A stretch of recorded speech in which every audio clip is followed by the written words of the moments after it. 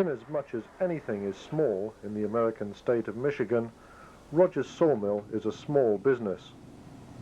But that hasn't stopped owner Roger Copps from investing in the sort of truck and trailer equipment that highway log haulers in other parts of the world can only dream of.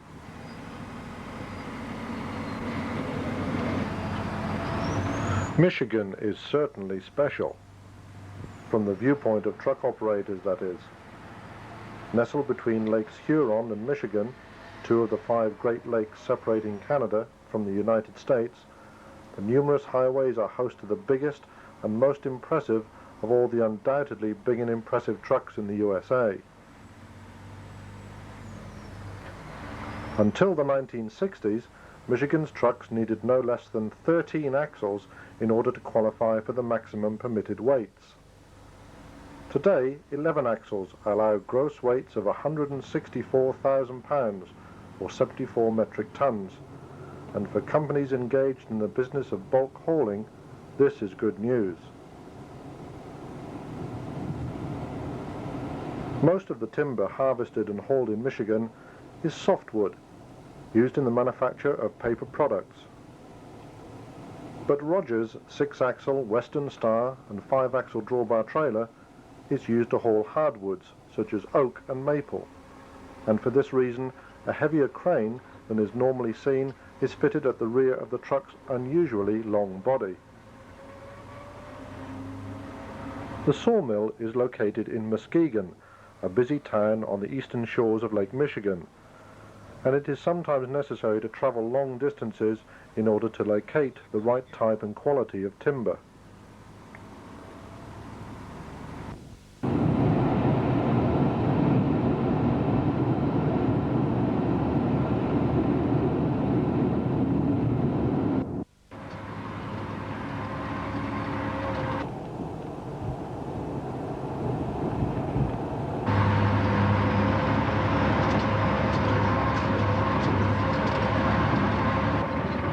I left my load right here, most of it.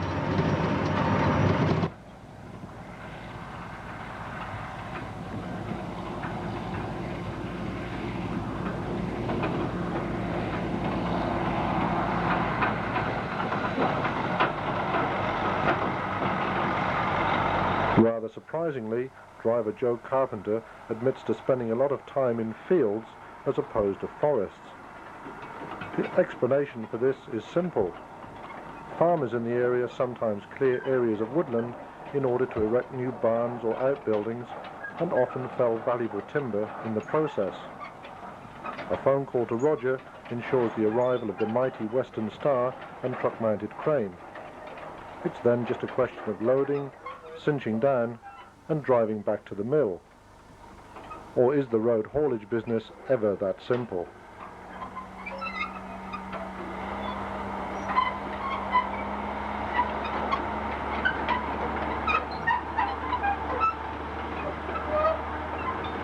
Specifications of the Michigan Special are pretty much as would be expected. Big power is obviously a prerequisite, so a 4 1/4 cat, backed up by the popular Eaton 18-speed stirrer, takes the horses to the 46,000-pound Eaton rear end. 2 pusher axles and 1 tag line up with the steering and drive axles underneath a long chassis frame, giving the Western Star itself a gross weight of something like 45 tons. The 5-axle trailer is itself capable of grossing 29 tons, giving a total all-up weight equaling the all-important 74 tons.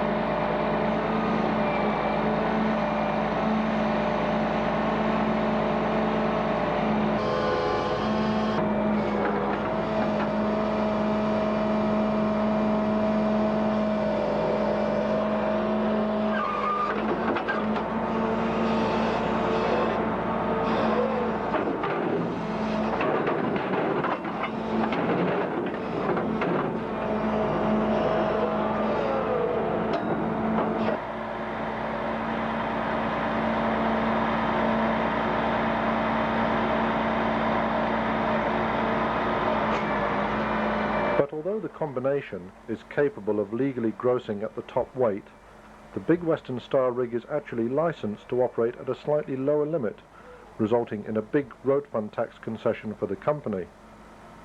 According to the driver, his loads are generally a little smaller and lighter than the other log trucks anyway. Carrying pulpwood is a very different business.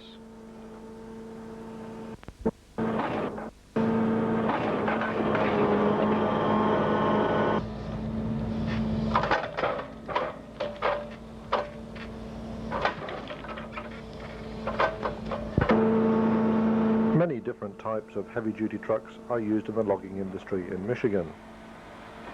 Kenworths feature strongly, as do Internationals and Fords. All are considerably beefed up in order to take on the sort of conditions they encounter daily in the woodland.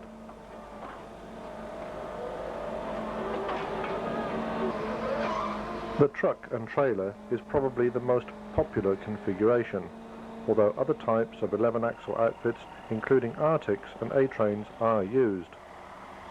B-train loggers are still unusual, although it would seem almost certain that their popularity will grow as operators and drivers learn to appreciate the benefits of increased versatility and ease of handling.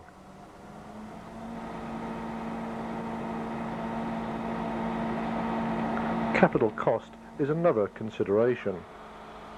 It goes without saying that a 45-ton 6-axle rigid is an expensive beast to buy. On the other hand, B-train trailer sets are relatively simple and therefore significantly cheaper. Perhaps the B-train will one day dominate the log truck industry in the same way as it currently does the steel business.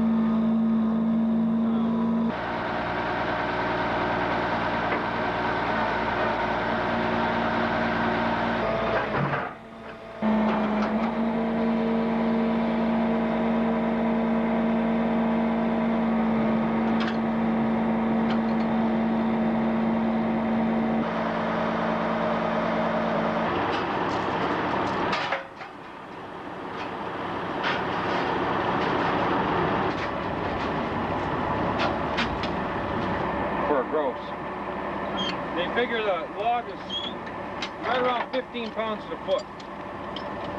We got about 4,000 pounds on it, 4,000 feet on it. It adds up quick. The wetter it is, the heavier they are.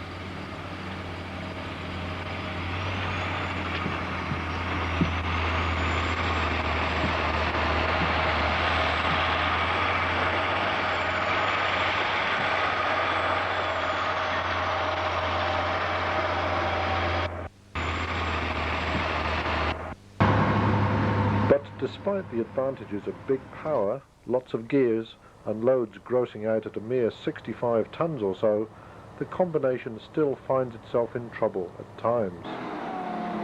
Under these circumstances, when the drive axles are buried up to the hubs and the dead axles are bogged down despite being in the raised position, the only thing to do is to wait for a skidder to come along and winch you out.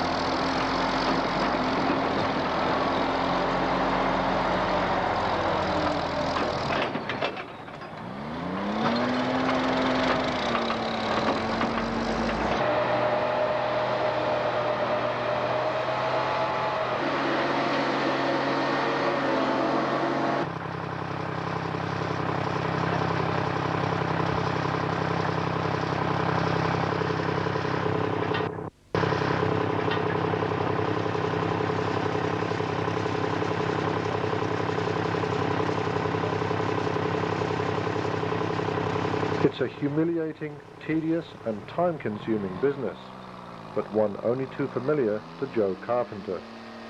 He knows that the golden rule when the chips are down is to stay cool. Easier said than done when the ambient temperature is in the 90s, the mosquitoes are out in force, and not one but several shunts are required before the giant logger is once again free to make its own way home.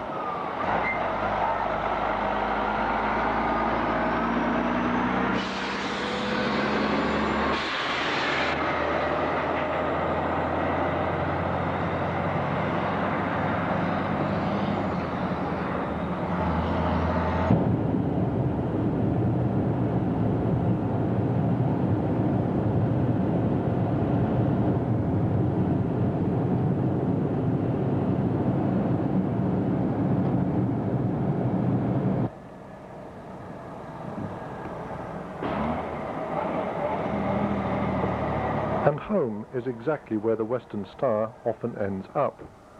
On occasions when a few valuable hours may have been lost as a result of being bogged down in the bush, it's easier to park the outfit up overnight and head into the mill in Muskegon before daylight the following morning. Fortunately, Joe's front yard is fairly large.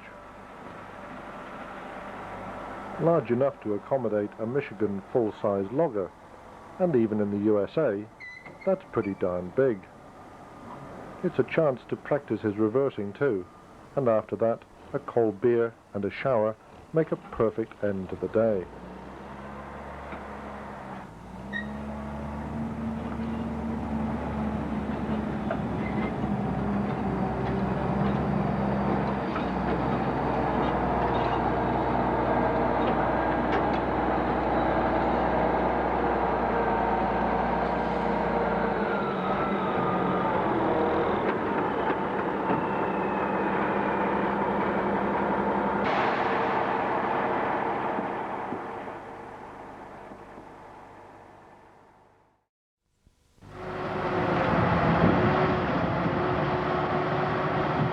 The trucks built by Brockway were always what you might call traditional. Rather than offer the latest state-of-the-art technology, the company concentrated on solid, reliable, sometimes old-fashioned styling and engineering. This approach found favor with many truck operators in the US, particularly the more conservative small fleets. Many were suspicious of the rapid changes taking place throughout their industry in the immediate post-war years, and trusted the Brockway product. The company was formed in 1912 by George Brockway, and in 1928 acquired the business of the Indiana Truck Corporation. The factory was based in Cortland, a middle-class town in upper New York State.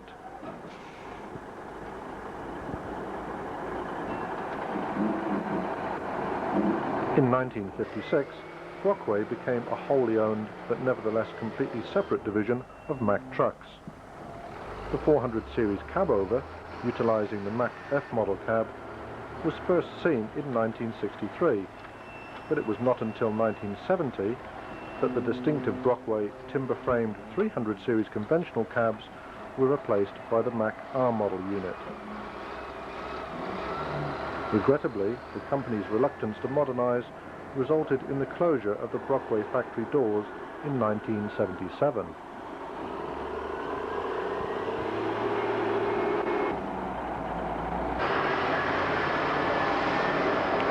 Fortunately for truck enthusiasts, however, several Brockway tractors have survived, and not just in preservation, but also as working vehicles.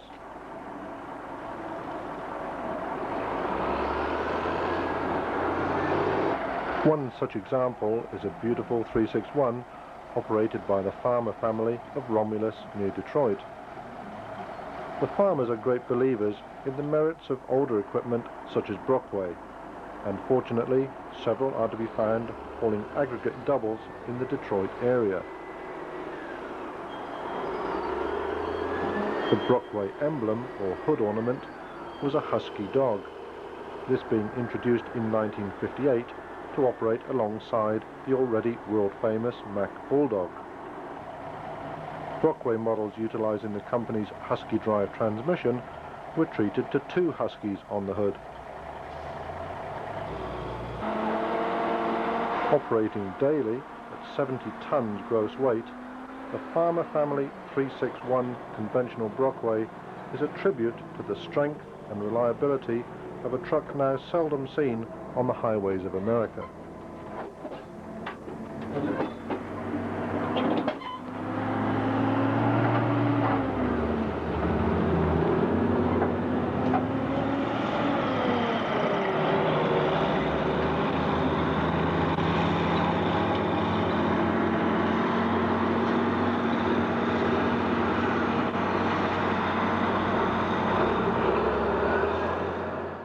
The Asphalt Products batching plant on 22 Mile Road, just north of Detroit, is typical of many such plants around the city.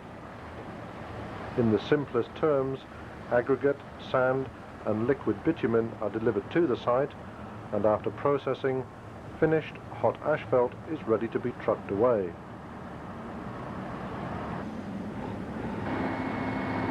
As may be expected, there are no half measures in the state of Michigan. During the relatively short summer season, when road surfacing is carried out, a constant procession of multi-axle vehicles arrive and depart 24 hours a day. Most of the outfits bringing material to the plant are twin trailer jobs, known as short doubles, or rigid truck and trailer combinations. Almost all have 11 axles in order to meet Michigan's generous gross weight laws, and depending on the tare weight of the outfit, in excess of 50 tons payload is usually carried.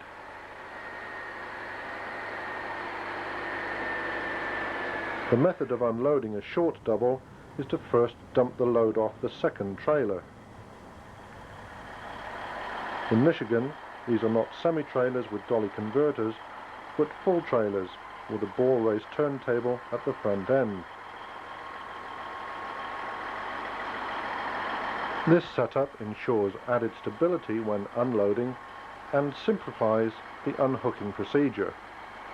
The trailers have air-operated tailgates and their own underfloor tipping rams, powered by the truck's power takeoff. Although reversing these combinations is an extremely difficult task, regular drivers maneuver the big combinations rearwards with consummate ease.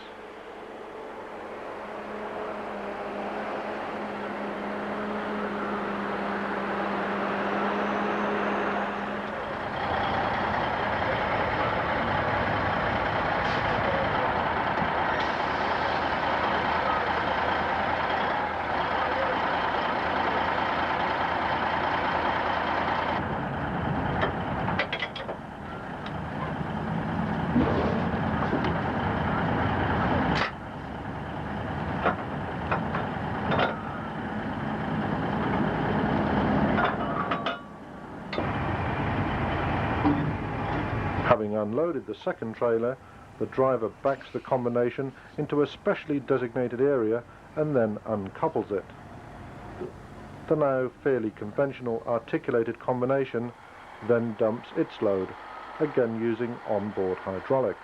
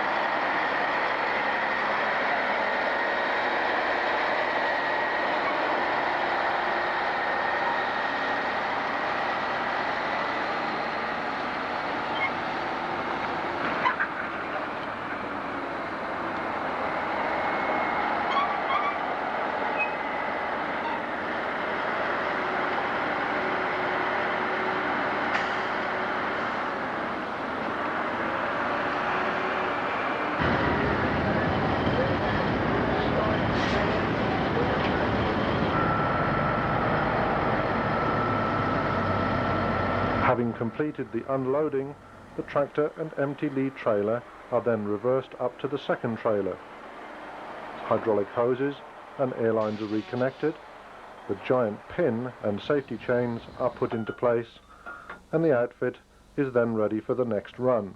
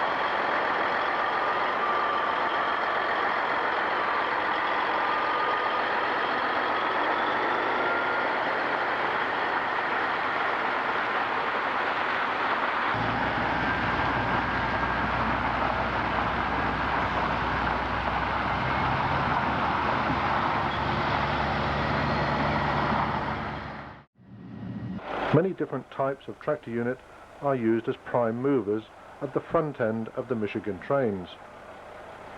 A visit to any plant reveals a mixture of tough-looking order car and Mack conventionals, stylish Kenworths and Peterbilt cabovers, and a sprinkling of Internationals, Fords, Freightliners and GMCs. And if the gods are smiling, one might also spot the occasional Brockway, Hendrickson or Osterlund Giant among the more traditional heavy metal.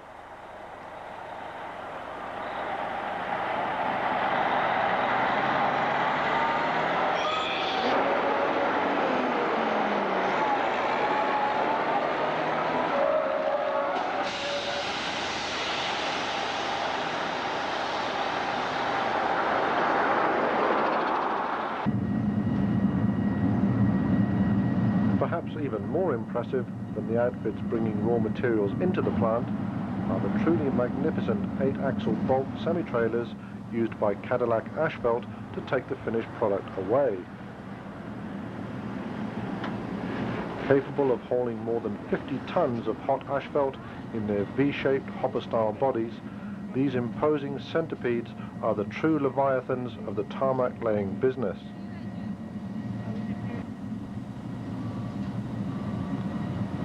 Not all the vehicles hauling asphalt are purpose-built. Many are regular dump combinations featuring insulated bodies and easy sheet type load covers.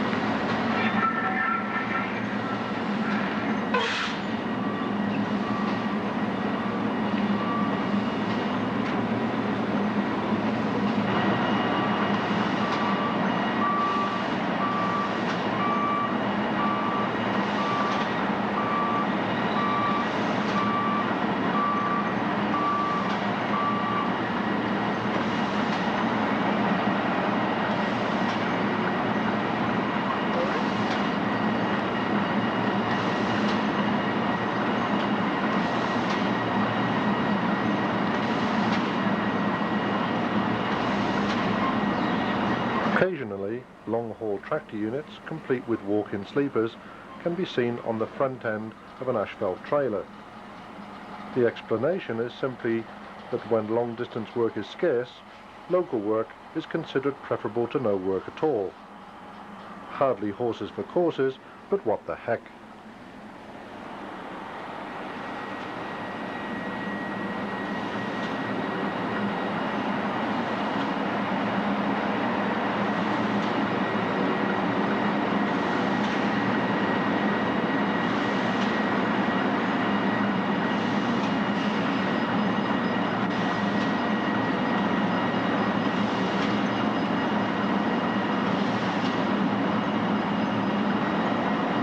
operations are fully automatic and are supervised by the batching plant controller from his second-story control tower.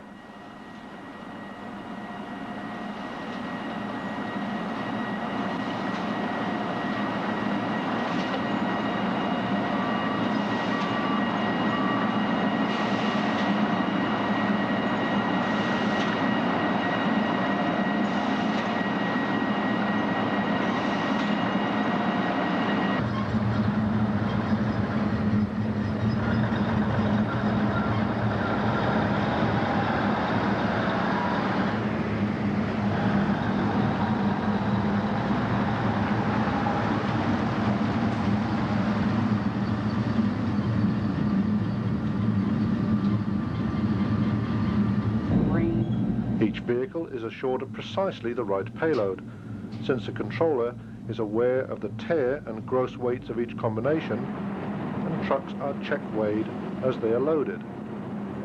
It's a quick and straightforward process with no time wasted.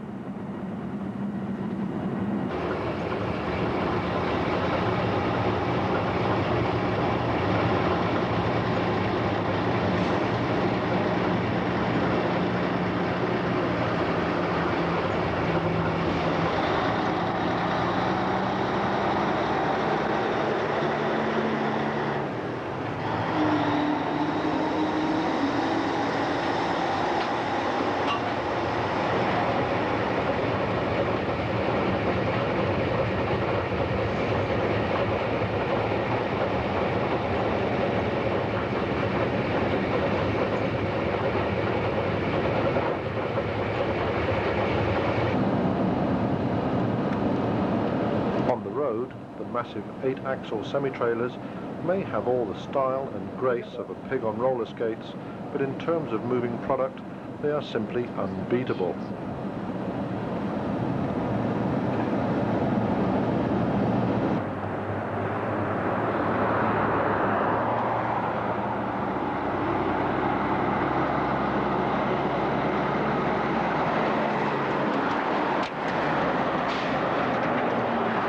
Air suspension is widely employed, since at least 4 of the 8 axles are lifted in order to negotiate tight turns. Failure to do so imposes massive strains on the trailer chassis and causes unsightly black tyre marks on the road surface.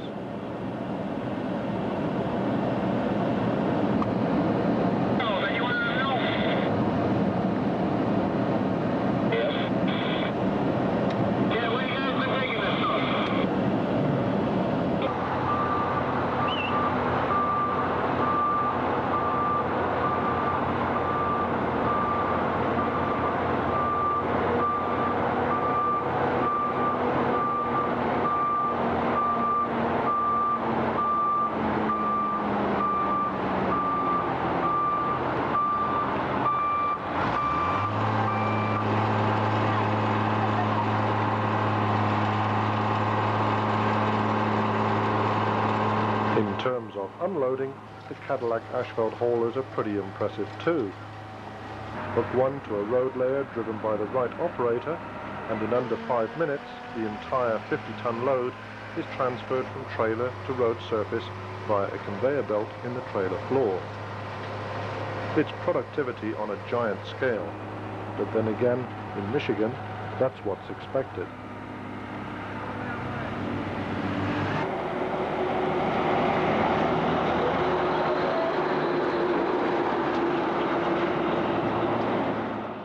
Michigan has a unique transport system. As a result, the visitor and truck enthusiast can find literally dozens of different types, styles, makes and models of truck, and a baffling array of configurations. Among these are Oshkosh 12x10 rigid mixers, 6-axle rigid log trucks pulling 5-axle drawbars, 8-axle centipede semi-trailers, and of course the world-famous steel-hauling brake doubles in both A and B train style. Pictures and sound tell the story more eloquently than any narrator. So sit back and enjoy the rare privilege of watching America's biggest and best hard at work.